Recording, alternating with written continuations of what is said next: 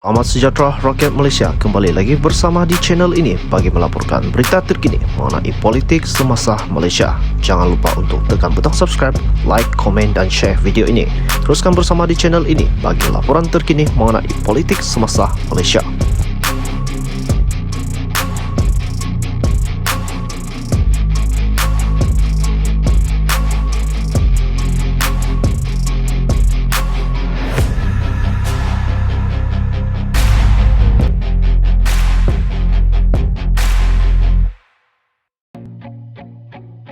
Selamat sejahtera rakyat Malaysia, kembali lagi bersama di channel ini bagi melaporkan berita terkini mengenai politik semasa Malaysia.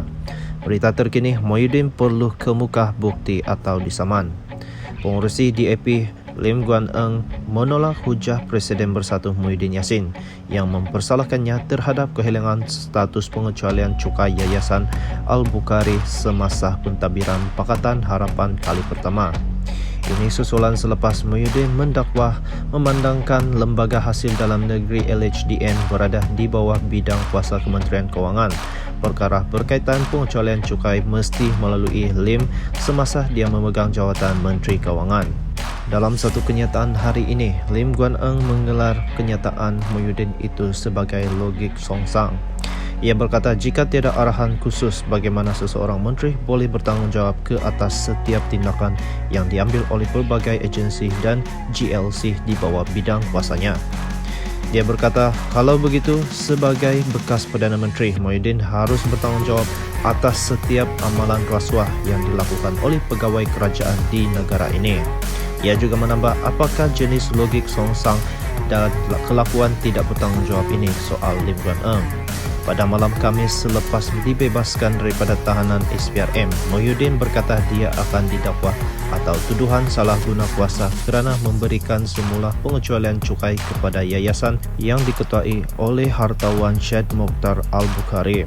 Presiden Bersatu itu mendakwa pengecualian cukai itu dibatalkan oleh Lim Guan Eng ketika PH berkuasa pada 2018.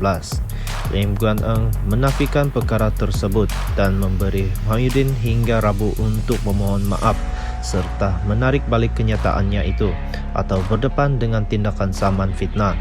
Semalam ahli Parlimen Pagoh itu enggan menarik balik kenyataan tersebut dan mencabar Lim Guan Eng supaya menjelaskan peranannya dalam perkara itu. Muhyiddin mendakwa kini Lim takut kerana tindakannya mengganggu yayasan kebajikan pimpinan Melayu terbesar di negara ini. Lim bagaimanapun membalas dengan mengatakan dakwaan itu adalah rekaan dan hasutan. Lim Guan Eng juga menerangkan ini adalah dakwaan yang serius bahawa saya bertindak terhadap sebuah yayasan kebajikan Islam. Ia adalah bersifat menghasut kerana dakwaan berkenaan adalah tidak berasas. Sekiranya tidak disangkal dengan bersungguh-sungguh, kenyataan berbaur hasutan sebegini boleh menyemarakkan sentimen yang menjejaskan muhibah kaum dan mengancam keharmonian agama, kata ahli Parlimen bagian itu. Dan itulah berita politik semasa Malaysia. Terima kasih kerana anda sentiasa bersama di channel ini untuk mendapatkan info-info terkini mengenai politik semasa Malaysia. Terima kasih.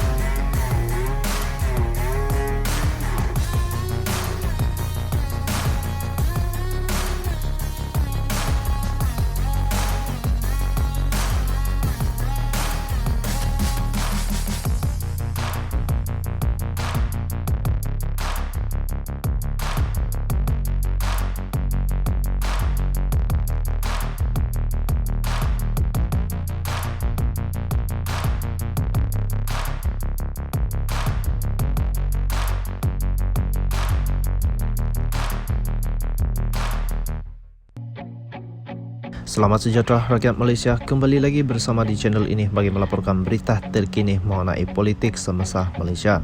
Berita terkini, Muhyiddin perlu kemuka bukti atau disaman.